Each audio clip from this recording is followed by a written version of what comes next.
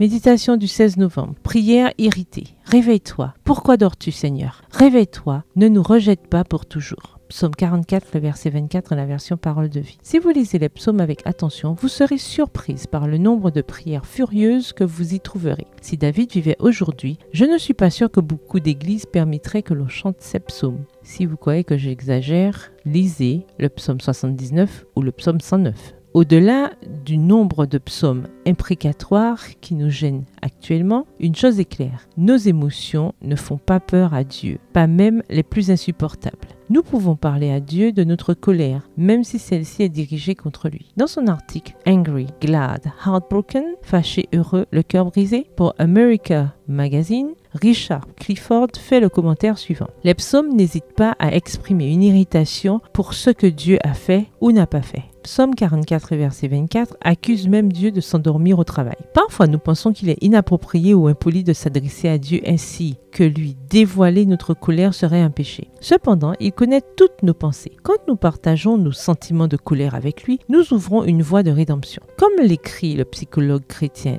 Dan Allender dans The Cry of the Soul, le cri de l'âme, le changement se produit grâce à une honnêteté et une fragilité brutale face à Dieu. Ce n'est pas que si nous sommes face à nos passions les plus profondes et dominantes qu'il y a un espoir de racheter la trame de notre monde intérieur. Beaucoup d'entre nous ont été éduqués à filtrer nos prières à travers une espèce de tamis de la correction théologique. Si nous considérons qu'une émotion est incorrecte, nous ne la mentionnons pas. Comme nous avons peur que notre colère offense Dieu, nous la réprimons, la gardant loin de nos prières et donc loin de la rédemption. Étonnamment, David faisait tout le contraire. Il présentait sa colère à Dieu avec une honnêteté franchement brutale. Au lieu d'envoyer la foudre du ciel pour l'anéantir, Dieu a dit que David était un homme selon son cœur. Si aujourd'hui vous luttez contre votre colère, suivez son exemple. Arrêtez-vous pour prier et pour partager cette émotion avec Dieu. Demandez-lui de vous examiner et de vous transformer à son image. Prière, Seigneur, je te remercie parce que tu connais déjà toutes mes émotions et tu m'aimes toujours. Apprends-moi à t'ouvrir mon cœur comme David, à partager mes colères et mes amertumes avec honnêteté. Je veux te donner totalement accès à mes émotions pour que tu les transformes à ta ressemblance. Amen. Bonne journée, que l'Éternel vous bénisse.